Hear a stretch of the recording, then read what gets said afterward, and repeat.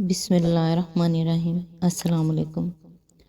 آج انشاءاللہ سورۃ بقرہ کی آیت نمبر 145 سے سٹارٹ کریں گے۔ اعوذ باللہ من الشیطان الرجیم، بسم اللہ الرحمن الرحیم۔ تم ان اہل کتاب کے پاس خواہ کوئی نشانی لے آؤ، ممکن نہیں کہ یہ تمہارے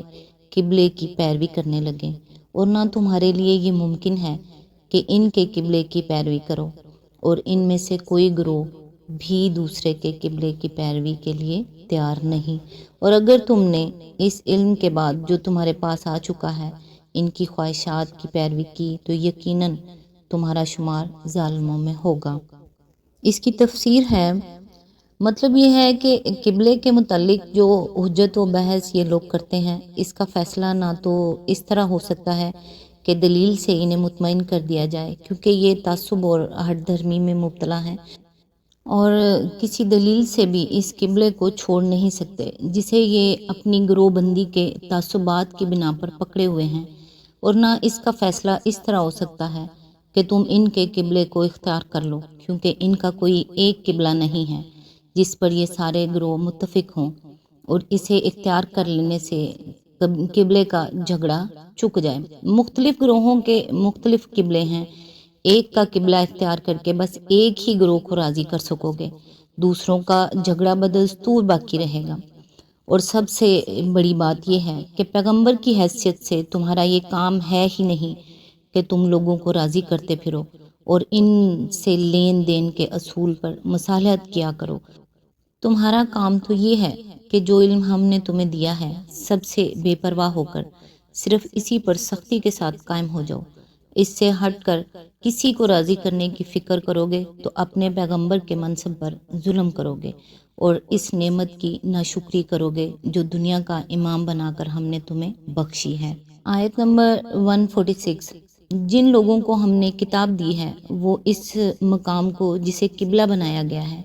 ایسا پہچانتے ہیں جیسا اپنی اولاد کو پہچانتے ہیں، مگر ان میں سے ایک گروہ جانتے بوجھتے حق کو چھپا رہا ہے۔ اس کی تفسیر ہے، یہ عرب کا محاورہ ہے، جس چیز کو آدمی یقینی طور پر جانتا ہو اور اس کے متعلق کسی قسم کا شک و شبہ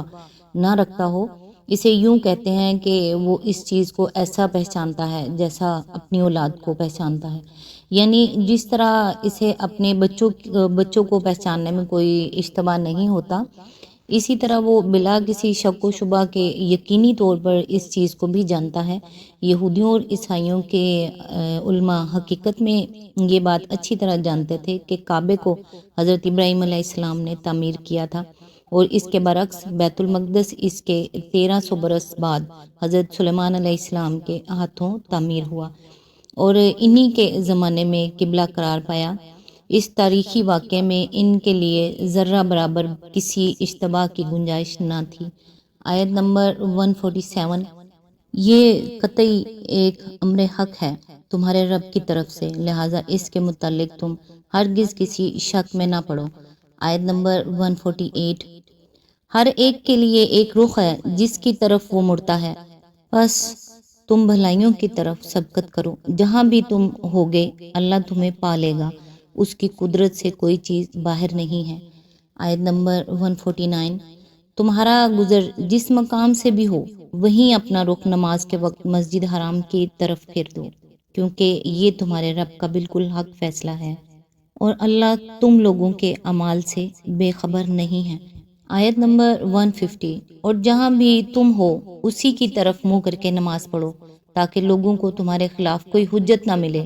ہاں، جو ظالم ہیں ان کی زبان کسی حال میں بند نہ ہوگی، تو ان سے تم نہ ڈرو بلکہ مجھ سے ڈرو، اور اس لیے کہ میں تم پر اپنی نعمت پوری کر دوں، اور اس توقع پر کہ میرے اس حکم کی پیروی سے تم اس طرح فلاح کا راستہ پاؤ گے۔ اس کی تفسیر ہے، یعنی ہمارے اس حکم کی پوری پابندی کرو، کبھی ایسا نہ ہو کہ تم میں سے کوئی شخص مقررہ سمت کے سوا کسی دوسرے سمت کی طرف نماز پڑھتے دیکھا جائے، ورنہ تمہارے دشمنوں کو تم پر یہ اعتراض کرنے کا موقع مل جائے گا کہ کیا خوب امت وسط ہے، کیسے اچھے حق پرستی کے گواہ بنے، جو یہ بھی کہتے جاتے ہیں کہ یہ حکم ہمارے رب کی طرف سے آیا ہے اور پھر اس کے خلاف ورزی بھی کیے جاتے ہیں۔ نعمت سے مراد وہی امامت اور پیشوائی کی نعمت ہے جو بنی اسرائیل سے سلب کر کے اس امت کو دی گئی تھی۔ دنیا میں ایک امت کی راس روی کا یہ انتہائی ثمرہ ہے کہ وہ اللہ کے امر تشریعی سے اقوام عالم کی رہنما و پیشوا بنائی جائے اور نوع انسانی کو خدا پرستی اور نیکی کے راستے پر چلانے کی خدمت اس کے سپرد کی جائے۔ یہ منصب جس امت کو دیا گیا، حقیقت میں اس پر اللہ کے فضل و انعام کی تکمیل ہو گئی۔ اللہ تعالیٰ یہاں یہ فرما رہا ہے کہ تحویل قبلہ کا یہ حکم دراصل اس منصب پر تمہاری سرفرازی کا نشان ہے، لہٰذا تمہیں اس لیے بھی ہمارے اس حکم کی پیروی کرنی چاہیے کہ ناشکری و نافرمانی کرنے سے کہیں یہ منصب تم سے چھین نہ لیا جائے۔ اس کی پیروی کرو گے تو یہ نعمت تم پر مکمل کر دی جائے گی، یعنی اس حکم کی پیروی کرتے ہوئے یہ امید رکھو۔ یہ شاہانہ انداز بیان ہے بادشاہ کا اپنی شان بے نیازی کے ساتھ کسی نوکر سے یہ کہہ دینا کہ ہماری طرف سے فلاں عنایت و مہربانی کے امیدوار رہو۔ اس بات کے لیے بالکل کافی ہوتا ہے کہ وہ ملازم اپنے گھر شادیانے بجوا دے اور اسے مبارکبادیاں دی جانے لگیں۔ آیت نمبر 151، جس طرح تمہیں اس چیز سے فلاح نصیب ہوئی کہ میں نے تمہارے درمیان خود تم میں سے ایک رسول بھیجا جو تمہیں میری آیات سناتا ہے، تمہاری زندگیوں کو سنوارتا ہے،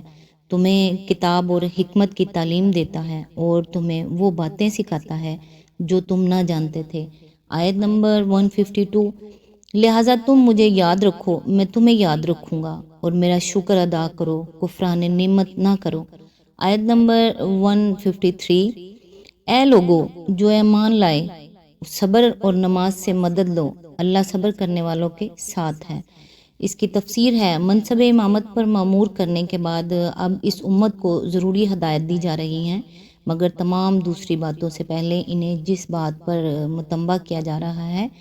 وہ یہ ہے کہ کوئی پھولوں کا بستر نہیں ہے جس پر آپ حضرات لٹائے جا رہے ہو، یہ تو ایک عظیم الشان اور پرخطر خدمت ہے جس کا بار اٹھانے کے ساتھ ہی تم پر ہر قسم کے مصائب کی بارش ہوگی، سخت آزمائشوں میں ڈالے جاؤ گے، طرح طرح کے نقصانات اٹھانے پڑیں گے، اور جب صبر و ثبات اور عزم و استقلال کے ساتھ ان تمام مشکلات کا مقابلہ کرتے ہوئے خدا کی راہ میں بڑھے چلے جاؤ گے، تب تم پر عنایات کی بارش ہوگی۔ یعنی اس بھاری خدمت کا بوجھ اٹھانے کے لیے جس طاقت کی ضرورت ہے وہ تمہیں دو چیزوں سے حاصل ہوگی، ایک یہ کہ صبر کی صفت اپنے اندر پرورش کرو، دوسرے یہ کہ نماز کے عمل سے اپنے آپ کو مضبوط کرو۔ آگے چل کر مختلف مقامات پر اس امر کی تشریحات ملیں گی کہ صبر بہت سے اہم ترین اخلاقی و صاف کے لیے جامع عنوان ہے، اور حقیقت میں یہ وہ کلید و کامیابی ہے کہ جس کے بغیر کوئی شخص کسی مقصد میں بھی کامیاب نہیں ہو سکتا۔ اسی طرح آگے چل کر نماز کے متعلق بھی تفصیل سے معلوم ہوگا کہ وہ کس طرح افراد مومنین اور جماعت مومنین کو اس کار عظیم کے لیے تیار کرتی ہے۔ آیت نمبر 154، جو لوگ اللہ کی راہ میں مارے جائیں انہیں مردہ نہ کہو، ایسے لوگ تو حقیقت میں زندہ ہیں مگر تمہیں ان کی زندگی کا شعور نہیں ہوتا۔ اس کی تفسیر ہے، موت کا لفظ اور اس کا تصور انسان کے ذہن پر ایک ہمت شکن اثر ڈالتا ہے، اس لیے اس بات سے منع کیا گیا ہے کہ شہداء فی سبیل اللہ کو مردہ کہا جائے، کیونکہ اس سے جماعت کے لوگوں میں جذبہ جہاد و قتال اور روح جاں فروشی کے سرد پڑ جانے کا اندیشہ ہے۔ اس کے بجائے ہدایت کی گئی ہے کہ اہل ایمان اپنے ذہن میں یہ تصور جمائے رکھیں کہ جو شخص خدا کی راہ میں جان دیتا ہے وہ حقیقت میں حیات جاوداں پاتا ہے۔ یہ تصور مطابق واقعہ بھی ہے اور اس سے روح شجاعت بھی تازہ ہوتی ہے اور تازہ رہتی ہے۔ آیت نمبر 155، اور ہم ضرور تمہیں خوف و خطر، فاقہ کشی، جان و مال کے نقصانات اور آمدنیوں کے گھاٹے میں مبتلا کر کے تمہاری آزمائش کریں گے۔ آیت نمبر 156، ان حالات میں جو لوگ صبر کریں اور جب کوئی مصیبت پڑے تو کہیں کہ ہم اللہ ہی کے ہیں اور اللہ ہی کی طرف پلٹ کر جانا ہے۔ اس کی تفسیر ہے، کہنے سے مراد صرف زبان سے یہ الفاظ کہنا نہیں ہے بلکہ دل سے اس بات کا قائل ہونا ہے کہ ہم اللہ ہی کے ہیں اس لیے اللہ کی راہ میں ہماری جو چیز بھی قربان ہوئی وہ گویا ٹھیک اپنے مصرف میں صرف ہوئی، جس کی چیز تھی اس کے کام آ گئی، اور یہ کہ اللہ ہی کی طرف ہمیں پلٹنا ہے، یعنی بہرحال ہمیشہ اس دنیا میں رہنا نہیں ہے، آخرکار دیر یا سویر جانا خدا ہی کے پاس ہے، لہٰذا کیوں نہ اس کی راہ میں جان لڑا کر اس کے حضور حاضر ہوں۔ یہ اس سے لاکھ درجہ بہتر ہے کہ ہم اپنے نفس کی پرورش میں لگے رہیں اور اسی حالت میں اپنی موت ہی کے وقت کسی بیماری یا حادثے کے شکار ہو جائیں۔ آیت نمبر 157، انہیں خوشخبری دے دو، ان پر ان کے رب کی طرف سے بڑی عنایات ہوں گی، اس کی رحمت ان پر سایہ کرے گی، اور ایسے ہی لوگ سیدھے راستے پر ہیں۔ آیت نمبر 158، یقیناً صفا اور مروہ اللہ کی نشانیوں میں سے ہیں، لہٰذا جو شخص بیت اللہ کا حج یا عمرہ کرے اس کے لیے کوئی گناہ کی بات نہیں کہ وہ ان دونوں پہاڑیوں کے درمیان صحیح کر لے، اور جو برزہ و رغبت کوئی بھلائی کا کام کرے گا اللہ کو اس کا علم ہے اور وہ اس کی قدر کرنے والا ہے۔ ذوالحجہ کی مقررہ تاریخوں میں کعبے کی جو زیارت کی جاتی ہے اس کا نام حج ہے، اور ان تاریخوں کے ماسوا دوسرے کسی زمانے میں جو زیارت کی جائے وہ عمرہ ہے۔ صفا اور مروہ مسجد حرام کے قریب دو پہاڑیاں ہیں جن کے درمیان دوڑنا من جملہ ان مناسک کے تھا جو اللہ تعالیٰ نے حج کے لیے حضرت ابراہیم علیہ السلام کو سکھائے تھے۔ بعد میں جب مکے اور آس پاس کے تمام علاقوں میں مشرکانہ جاہلیت پھیل گئی تو صفا پر اساف اور مروہ پر نائلہ کے استھان بنا لیے گئے اور ان کے گرد طواف ہونے لگا۔ پھر جب نبی صلی اللہ علیہ وآلہ وسلم کے ذریعے سے اسلام کی روشنی اہل عرب تک پہنچی تو مسلمانوں کے دلوں میں یہ سوال کھٹکنے لگا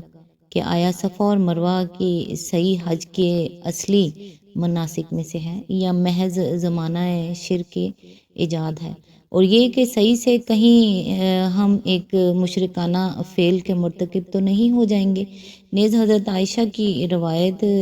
سے معلوم ہوتا ہے کہ اہل مدینہ کے دلوں میں پہلے ہی سے صحیح بین الصفا والمروہ کے بارے میں کراہت موجود تھی، کیونکہ وہ منات کے معتقد تھے اور اساف اور نائلہ کو نہیں مانتے تھے۔ انہی وجہ سے ضروری ہوا کہ مسجد حرام کو قبلہ مقرر کرنے کے موقع پر ان غلط فہمیوں کو دور کر دیا جائے جو صفا اور مروہ کے بارے میں پائی جاتی تھی، اور لوگوں کو بتا دیا جائے کہ ان دونوں مقامات کے درمیان صحیح کرنا حج کے اصلی مناسک میں سے ہے، اور یہ کہ ان مقامات کا تقدس خدا کی جانب سے ہے نہ کہ اہل جاہلیت کے من گھڑت، یعنی بہتر تو یہ ہے کہ یہ کام دلی رغبت کے ساتھ کرو، ورنہ حکم بجا لانے کے لیے تو کرنا ہی ہوگا۔ آیت نمبر 159، جو لوگ ہماری نازل کی ہوئی روشن تعلیمات اور ہدایت کو چھپاتے ہیں باوجود یہ کہ ہم انہیں سب انسانوں کی رہنمائی کے لیے اپنی کتاب میں بیان کر چکے ہیں، یقین جانو کہ اللہ بھی ان پر لعنت کرتا ہے اور تمام لعنت کرنے والے بھی ان پر لعنت بھیجتے ہیں۔ اس کی تفسیر ہے، علماء یہود کا سب سے بڑا قصور یہ تھا کہ انہوں نے کتاب اللہ کے علم کی اشاعت کرنے کی بجائے اس کو ربیوں اور مذہبی پیشہ وروں کے ایک محدود طبقے میں مقید کر رکھا تھا، اور عامہ خلائق تو درکنار خود یہودی عوام تک کو اس کے ہوا نہ لگنے دیتے تھے۔ پھر جب عام جہالت کی وجہ سے ان کے اندر گمراہیاں پھیلیں تو علماء نے نہ صرف یہ کہ اصلاح کی کوئی کوشش نہ کی بلکہ وہ عوام میں اپنی مقبولیت برقرار رکھنے کے لیے ہر اس ضلالت اور بدعت کو جس کا رواج عام ہو جاتا اپنے قول و عمل سے یا اپنے سکوت سے الٹی سیدھی جواز عطا کرنے لگے۔ اسی سے بچنے کی تاکید مسلمانوں کو کی جا رہی ہے۔ دنیا کی ہدایت کا کام جس امت کے سپرد کیا جائے اس کا فرض یہ ہے کہ اس ہدایت کو زیادہ سے زیادہ پھیلائے، نہ یہ کہ بخیل کے مال کی طرح اسے چھپا کے رکھے۔ آیت نمبر 150، البتہ جو اس روش سے باز آ جائیں اور اپنے طرز عمل کی اصلاح کر لیں اور جو کچھ چھپاتے تھے اسے بیان کرنے لگیں ان کو میں معاف کر دوں گا، اور میں بڑا درگزر کرنے والا اور رحم کرنے والا ہوں۔ آیت نمبر 161، جن لوگوں نے کفر کا رویہ اختیار کیا اور کفر کی حالت میں جان دی، ان پر اللہ اور فرشتوں اور تمام انسانوں کی لعنت ہے۔ اس کی تفسیر ہے، کفر کے اصل معنی چھپانے کے ہیں، اسی سے انکار کا مفہوم پیدا ہوا اور یہ لفظ ایمان کے مقابلے میں بولا جانے لگا۔ ایمان کے معنی ہیں ماننا، قبول کرنا، تسلیم کر لینا۔ اس کے برعکس کفر کے معنی ہیں نہ ماننا، رد کر دینا، انکار کرنا۔ قرآن کی روح سے کفر کے رویے کی مختلف صورتیں ہیں۔ ایک یہ کہ انسان سرے سے خدا ہی کو نہ مانے یا اس کے اقتدار اعلیٰ کو تسلیم نہ کرے اور اس کو اپنا اور ساری کائنات کا مالک و معبود ماننے سے انکار کر دے یا اسے واحد مالک اور معبود نہ مانے۔ دوسرے یہ کہ اللہ کو تو مانے مگر اس کے احکام اور اس کی ہدایت کو واحد منبع علم و قانون تسلیم کرنے سے انکار کر دے۔ تیسرے یہ کہ اصولاً اس بات کو بھی تسلیم کر لے کہ اسے اللہ ہی کی ہدایت پر چلنا چاہیے، مگر اللہ اپنی ہدایت اور اپنے احکام پہنچانے کے لیے جن پیغمبروں کو واسطہ بناتا ہے انہیں تسلیم نہ کرے۔ چوتھے یہ کہ پیغمبروں کے درمیان تفریق کرے اور اپنی پسند یا اپنے تعصبات کی بنا پر ان میں سے کسی کو مانے اور کسی کو نہ مانے۔ پانچواں یہ کہ پیغمبروں نے خدا کی طرف سے عقائد، اخلاق اور قوانین حیات کے متعلق جو تعلیمات بیان کی ہیں ان کو یا ان میں سے کسی چیز کو قبول نہ کریں۔ چھٹے یہ کہ نظریے کے طور پر تو ان سب چیزوں کو مان لے مگر عملاً احکام الہی کی دانستہ نافرمانی کرے اور اس نافرمانی پر اصرار کرتا رہے اور دنیاوی زندگی میں اپنے رویے کی بنا اطاعت پر نہیں بلکہ نافرمانی ہی پر رکھے۔ یہ سب مختلف طرز فکر و عمل اللہ کے مقابلے میں باغیانہ ہیں اور ان میں سے ہر ایک رویے کو قرآن کفر سے تعبیر کرتا ہے۔ اس کے علاوہ بعض مقامات پر قرآن میں کفر کا لفظ کفران نعمت کے معنی میں بھی استعمال ہوا ہے اور شکر کے مقابلے میں بولا گیا ہے۔ شکر کے معنی یہ ہیں کہ نعمت جس نے دی ہے انسان اس کا احسان مند ہو، اس کے احسان کی قدر کرے، اس کی دی ہوئی نعمت کو اسی کی رضا کے مطابق استعمال کرے اور اس کا دل اپنے محسن کے لیے وفاداری کے جذبے سے لبریز ہو۔ اس کے مقابلے میں کفر یا کفران نعمت یہ ہے کہ آدمی یا تو اپنے محسن کا احسان ہی نہ مانے اور اسے اپنی قابلیت یا کسی غیر کی عنایت یا سفارش کا نتیجہ سمجھے، یا اس کی دی ہوئی نعمت کی ناقدری کرے اور اسے ضائع کر دے، یا اس کی نعمت کو اس کی رضا کے خلاف استعمال کرے، یا اس کے احسانات کے باوجود اس کے ساتھ غدار اور بے وفائی کرے۔ اس نوع کے کفر کو ہماری زبان میں بالعموم احسان فراموشی، نمک حرامی یا غداری اور ناشکرے پن کے الفاظ سے تعبیر کیا جاتا ہے۔ آیت نمبر 162، اسی لعنت زدگی کی حالت میں وہ ہمیشہ رہیں گے، نہ ان کی سزا میں تخفیف ہوگی اور نہ انہیں پھر کوئی دوسری مہلت دی جائے گی۔ آیت نمبر 163، تمہارا خدا ایک ہی خدا ہے، اس رحمان اور رحیم کے سوا کوئی اور خدا نہیں ہے۔ آیت نمبر 164، اس حقیقت کو پہچاننے کے لیے اگر کوئی نشانی اور علامت درکار ہے تو جو لوگ عقل سے کام لیتے ہیں ان کے لیے آسمانوں اور زمین کی ساخت میں، رات اور دن کے پہم ایک دوسرے کے بعد آنے میں، ان کشتیوں میں جو انسان کے نفع کی چیزیں لیے ہوئے دریاؤں اور سمندروں میں چلتی پھرتی ہیں، بارش کے اس پانی میں جسے اللہ اوپر سے برساتا ہے، پھر اس کے ذریعے سے زمین کو زندگی بخشتا ہے اور اپنے اس انتظام کی بدولت زمین میں ہر قسم کے جاندار مخلوق کو پھیلاتا ہے۔ ہواؤں کی گردش میں اور ان بادلوں میں جو آسمان اور زمین کے درمیان تابع فرمان بنا کر رکھے گئے ہیں بے شمار نشانیاں ہیں۔ اس کی تفسیر ہے، یعنی اگر انسان کائنات کے اس کارخانے کو جو شب و روز اس کی آنکھوں کے سامنے چل رہا ہے محض جانوروں کی طرح نہ دیکھے بلکہ عقل سے کام لے کر اس نظام پر غور کرے اور ضد یا تعصب سے آزاد ہو کر سوچے تو یہ آثار جو اس کے مشاہدے میں آ رہے ہیں اس نتیجے پر پہنچانے کے لیے بالکل کافی ہیں کہ یہ عظیم الشان نظام ایک ہی قادر مطلق حکیم کے زیر فرمان ہے۔ تمام اختیار و اقتدار بالکل اسی ایک کے ہاتھ میں ہے کسی دوسرے کی خود مختارانہ مداخلت یا شرکت کے لیے اس نظام میں ذرا برابر کوئی گنجائش نہیں، لہٰذا فی الحقیقت وہی ایک خدا تمام موجودات عالم کا خدا ہے، اس کے سوا کوئی ہستی کسی قسم کے اختیارات رکھتی ہی نہیں کہ خدائی اور الوہیت میں اس کا کوئی حصہ ہو۔ آیت نمبر 165، مگر وحدت خداوندی پر دلالت کرنے والے ان کھلے کھلے آثار کے ہوتے ہوئے بھی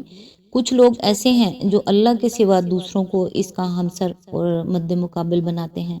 اور ان کے ایسے گردیدہ ہیں جیسے اللہ کے ساتھ گردیدگی ہونی چاہیے، حالانکہ ایمان رکھنے والے لوگ سب سے بڑھ کر اللہ کو محبوب رکھتے ہیں۔ کاش جو کچھ عذاب کو سامنے دیکھ کر انہیں سوجنے والا ہے وہ آج ہی ان ظالموں کو سوج جائے کہ ساری طاقتیں اور سارے اختیارات اللہ ہی کے قبضے میں ہیں، اور یہ کہ اللہ سزا دینے میں بھی بہت سخت ہے۔ اس کی تفسیر ہے، یعنی خدائی کی جو صفات اللہ کے لیے خاص ہیں ان میں سے بعض کو دوسروں کی طرف منسوب کرتے ہیں، اور خدا ہونے کی حیثیت سے بندوں پر اللہ تعالیٰ کے جو حقوق ہیں وہ سب یا ان میں سے بعض حقوق یہ لوگ ان دوسرے بناوٹی معبودوں کو ادا کرتے ہیں، مثلا سلسلہ اسباب پر حکمرانی، حاجت روائی، مشکل کشائی، فریاد رسی، دعائیں سننا اور غیب و شہادت اور ہر چیز سے واقف ہونا، یہ سب اللہ کی مخصوص صفات ہیں، اور یہ صرف اللہ ہی کا حق ہے کہ بندے اسی کو مقتدر اعلیٰ مانیں، اسی کے آگے اعتراف بندگی میں سر جھکائیں، اسی کی طرف اپنی حاجتوں میں رجوع کریں، اسی کو مدد کے لیے پکاریں، اسی پر بھروسہ کریں، اسی سے امیدیں وابستہ کریں اور اسی سے ظاہر و باطن میں ڈریں۔ اسی طرح مالک الملک ہونے کی حیثیت سے یہ منصب بھی اللہ ہی کا ہے کہ اپنی رعیت کے لیے حلال و حرام کے حدود مقرر کرے، ان کے فرائض و حقوق معین کرے، ان کو امر و نہی کے احکام دے، اور انہیں یہ بتائے کہ اس کی دی ہوئی قوتوں اور اس کے بخشے ہوئے وسائل کو وہ کس طرح کن کاموں میں کن مقاصد کے لیے استعمال کریں، اور یہ صرف اللہ کا حق ہے کہ بندے اس کی حاکمیت تسلیم کریں، اس کے حکم کو منبع قانون مانیں، اسی کو امر و نہی کا مختار سمجھیں، اپنی زندگی کے معاملات میں اس کے فرمان کو فیصلہ کن قرار دیں، اور ہدایت و رہنمائی کے لیے اسی کی طرف رجوع کریں۔ جو شخص خدا کی ان صفات میں سے کسی صفت کو بھی کسی دوسرے کی طرف منسوب کرتا ہے اور اس کے ان حقوق میں سے کوئی ایک حق بھی کسی دوسرے کو دیتا ہے، وہ دراصل اسے خدا کا مد مقابل اور ہمسر بتاتا ہے۔ اور اسی طرح جو شخص یا جو ادارہ ان صفات میں سے کسی صفت کا مدعی ہو اور ان حقوق میں سے کسی حق کا انسانوں سے مطالبہ کرتا ہو، وہ بھی دراصل خدا کا مد مقابل اور ہمسر بنتا ہے، خواہ زبان سے خدائی کا دعویٰ کرے یا نہ کرے۔ یعنی ایمان کا اقتضا یہ ہے کہ آدمی کے لیے اللہ کی رضا ہر دوسرے کی رضا پر مقدم ہو، اور کسی چیز کی محبت بھی انسان کے دل میں یہ مرتبہ اور مقام حاصل نہ کر لے کہ وہ اللہ کی محبت پر اسے قربان نہ کر سکتا ہو۔